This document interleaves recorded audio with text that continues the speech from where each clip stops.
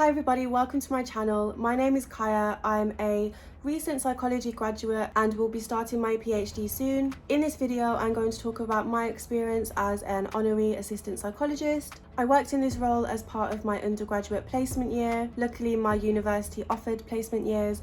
I'm aware that some universities don't. I think in this case, you can still do that role, but it will be after you graduate. So I guess firstly, what is the role of an Honorary Assistant Psychologist? So as it says in the title, the word honorary indicates that it is an unpaid role. But I've searched what the actual definition is, and it says honorary is used to describe an official job that is done without payment. And I guess I'll touch on this a bit more later, but the reason why people do honorary or volunteer jobs or placements in psychology is because it can be quite a challenging career to kind of fit yourself into. And what these jobs offer is quite a lot of experience. So I think for those who have the capacity to do so, then it does make sense because you're getting a lot of experience out of it. But I guess there are accessibility and ethical implications of that, which I guess I will touch on a little bit later. So in terms of the actual roles and responsibilities of an Honorary Assistant Psychologist, this will depend very much on your role and where you are working, in terms of the service. So I did my placement in an NHS setting. I worked in a community mental health team and then also an assertive outreach team. So I did a split placement, but a lot of other people in my kind of cohort of placement students did a lot of different experience working in different services.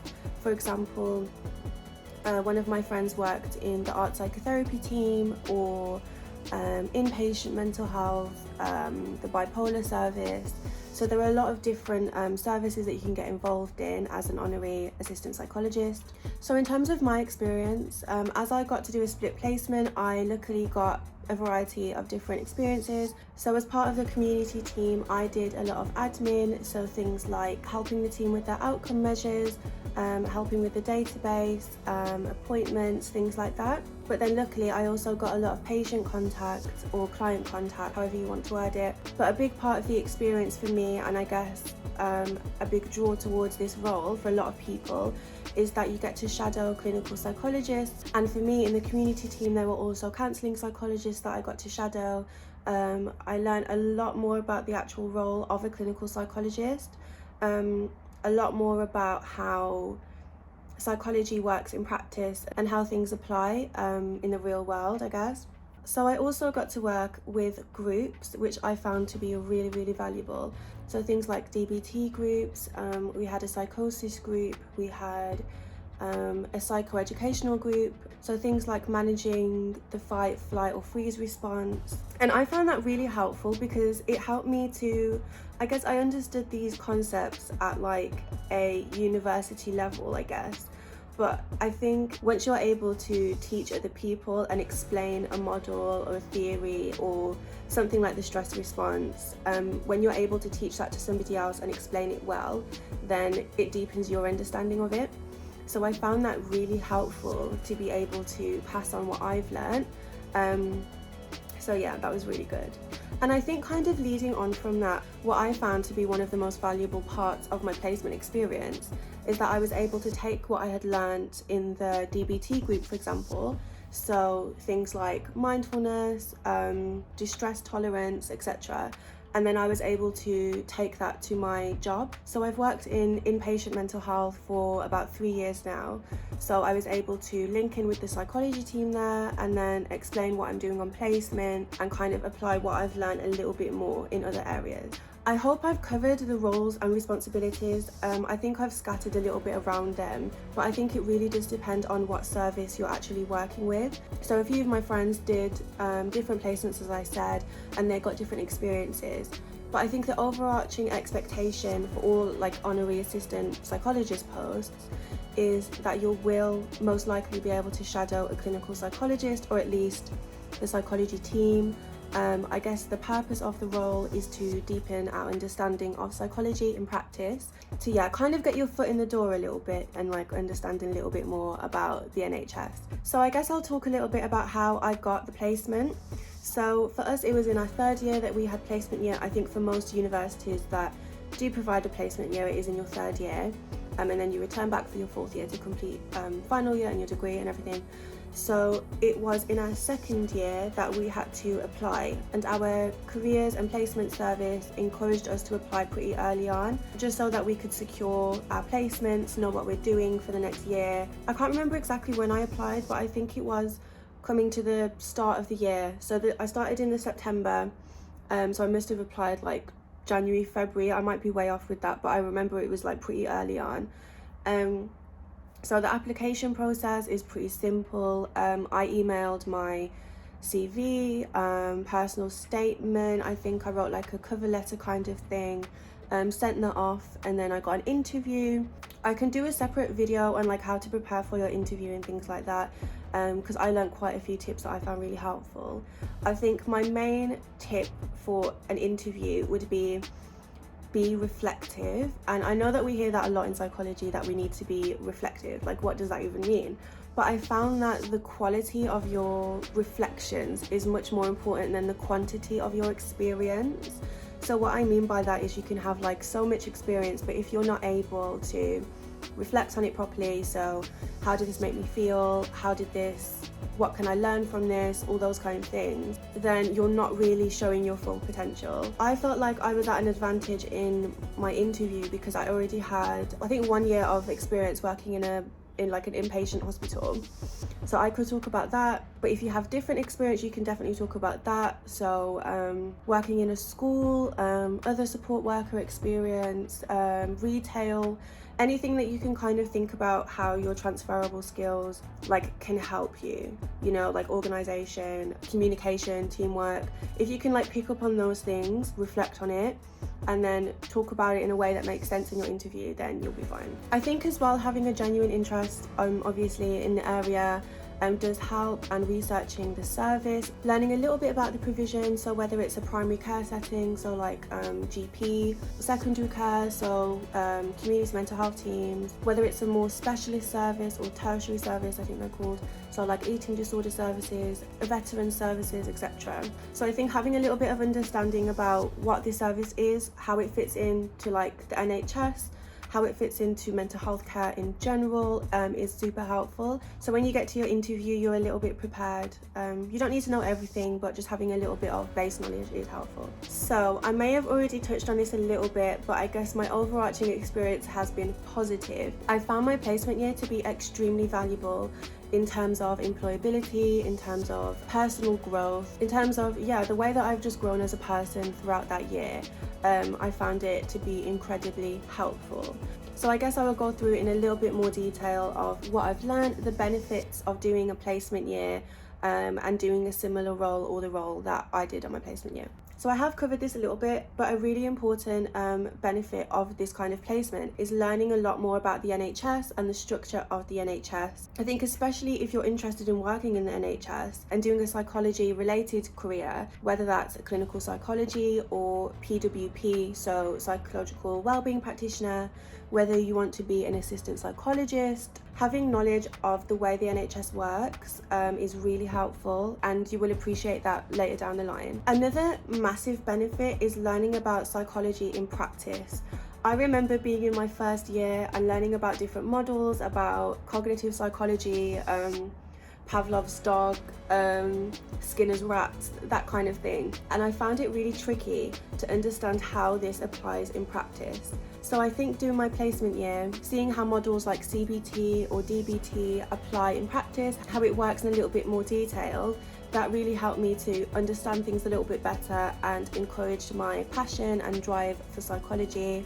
I think a massive part for me in this is understanding how research applies. And I know this is kind of similar to psychology in practice, but understanding how direct research, so understanding how things like a service evaluation or literature reviews, all that kind of thing, how that can impact a service, and seeing like the real world changes of research, that really helped me to become a lot more enthusiastic about research, which is really interesting considering I will be doing a PhD soon, which is massively research based.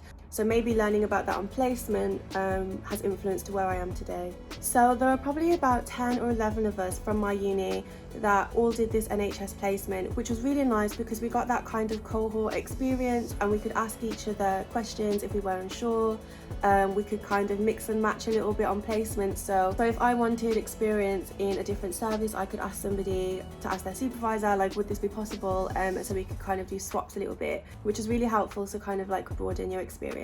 So we got these teaching sessions, which would be delivered by a clinical psychologist in a different service every week. So every Thursday, I think it was, we had these teaching sessions, each one on a different topic. So we had a week on CBT led by a CBT therapist. We had a week on DBT. We had a week on ACT, so acceptance commitment therapy, run by a clinical psychologist. We also had a researchy kind of teaching session, which I found really interesting. So yeah, that was a really nice added bonus to our actual placement experience, is we got these teaching sessions. Probably the biggest benefit to doing a placement as an honorary assistant psychologist or doing a placement similar to that is you get patient-facing experience.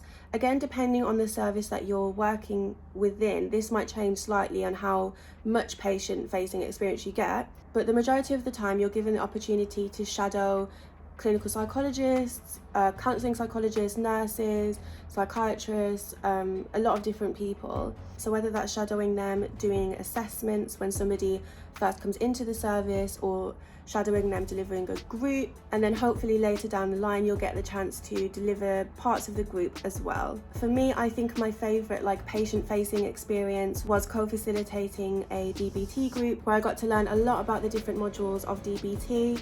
And then as I got more comfortable and confident with the model, I was then able to deliver some of the mindfulness like scripts and some of the mindfulness sessions. And I found this to be one of my most favourite experiences while I was on placement. It is important to note that there will be limitations on what you can and can't do. Most of the time, as an honorary assistant psychologist, you will be a student, so you won't be a qualified member of staff or anything. It's more of a learning experience role, so you won't be able to be involved in like individual therapy sessions or any direct therapy or anything like that. Once you graduate from a BPS accredited psychology degree, you can then apply for an assistant psychologist role, which sometimes in that role, my understanding is that you can get one-to-one work and do a little bit more of that.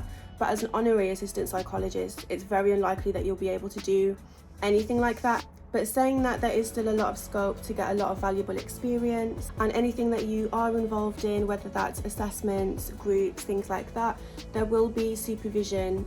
So you'll get managerial supervision and clinical supervision to support you with that. Because again, think of this role as more of a learning opportunity rather than being like a qualified professional.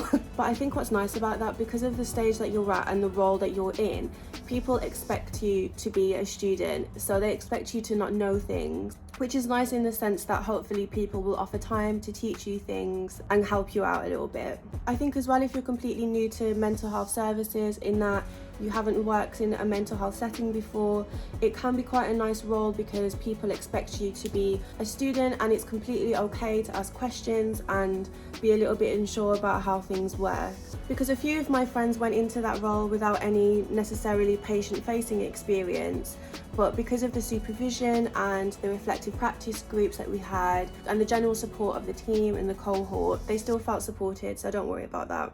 Again, I think this very much depends on the service that you're in, but for me, working partly in a community mental health team, I got to work with a lot of different people at different stages of their psychology career. So if we think about it in like a ladder analogy, we've got like me here, who was the honorary assistant psychologist.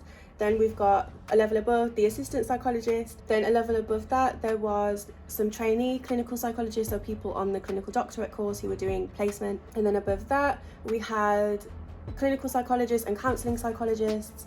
And then above that, we had like the team manager, so the principal clinical psychologist. And then above that role, we had the consultant clinical psychologist.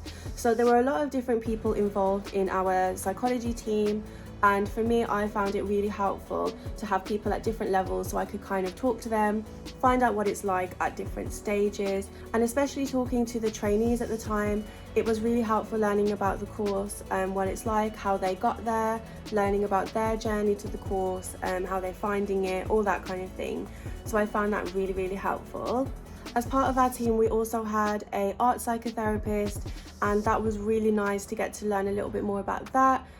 We had some sessions on like what is art psychotherapy, how does it work. So yeah, that was a really nice experience, learning a lot more about that. I also had a chance to link in with the nursing team on the community mental health side of things, and the psychiatrists, so all of the medical people as well, so that was really helpful. I've already mentioned this, but I learned a lot about the models in psychology. I remember specifically that the trainees that I met on my community placement sat me down for like an hour or so and explained the model of ACT, drew it out, and it was very visual, and it helped me a lot to understand that model. Genuinely, everyone that I met on my placement was never too busy to talk to me. Every single person took time out to teach me something, and I found that really, really valuable. Now I'm going to talk about some of the challenges that I faced during placement and talk about some things that could be helpful to prepare for if you're thinking about doing something similar. Firstly, I think going into a role like this or something similar, it's important to prepare for possible emotional content. And what I mean by that is working in these kind of services, especially if you're compassionate and sensitive, is that a lot of the time you will either be dealing with or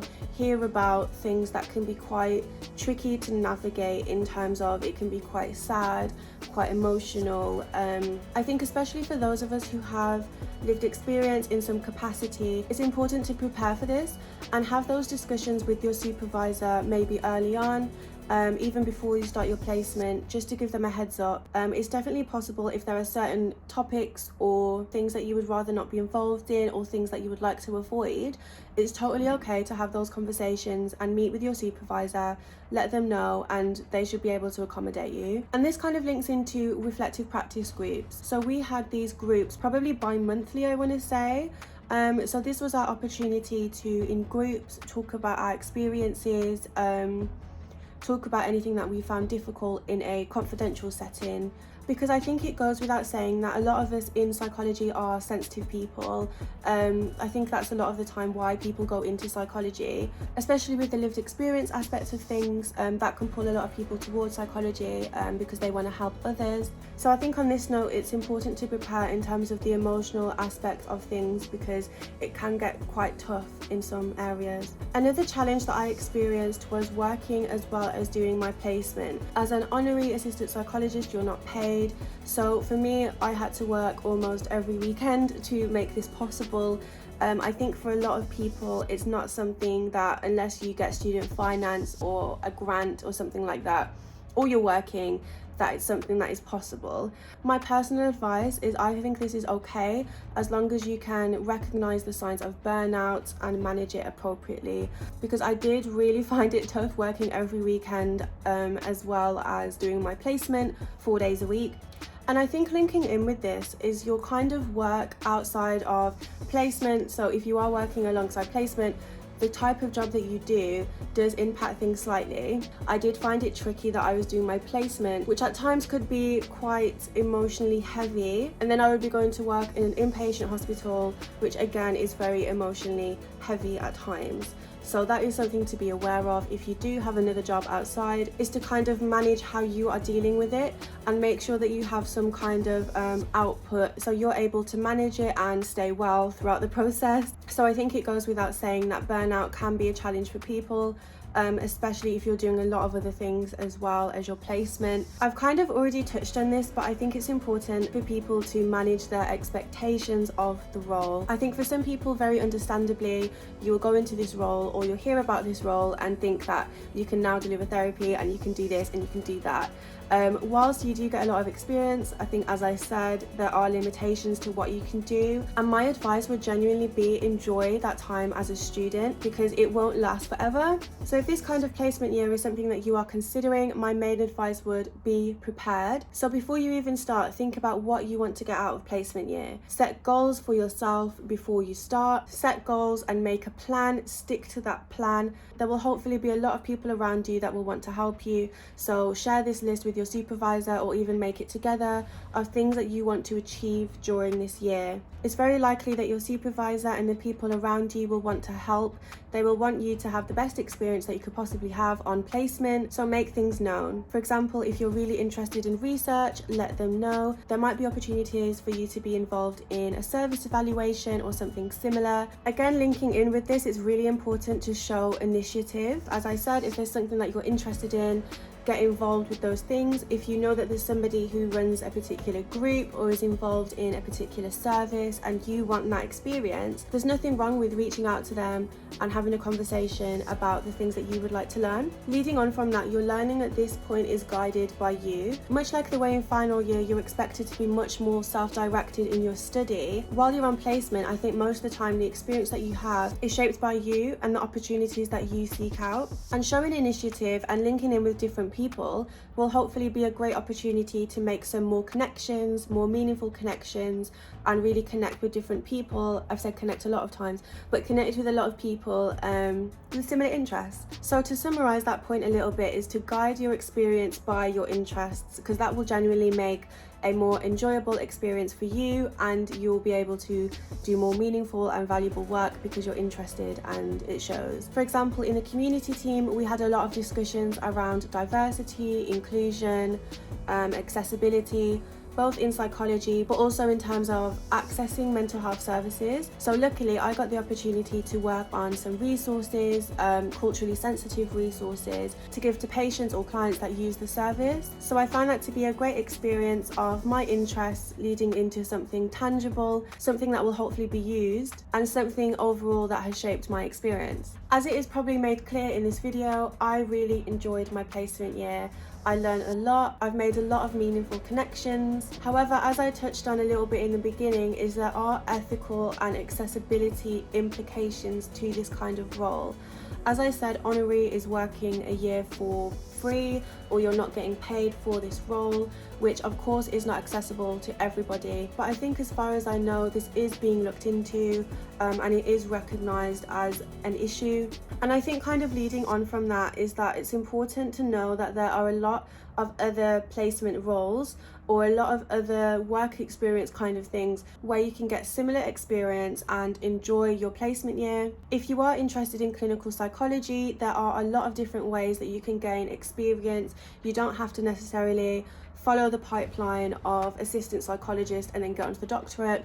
I know a few people that have gone through different routes and they have got there just the same. I think one of the most valuable pieces of advice that I got throughout my placement year is to enjoy the journey rather than have a goal, focus on that goal and only do everything according to that. I think enjoying things one step at a time is really, really, really valuable. I think being open to different opportunities and things that you might not have even expected for yourself can be great for both your career and your personal growth. As for example, I don't think 1 or 2 years ago I would have ever considered myself good enough to be a PhD student.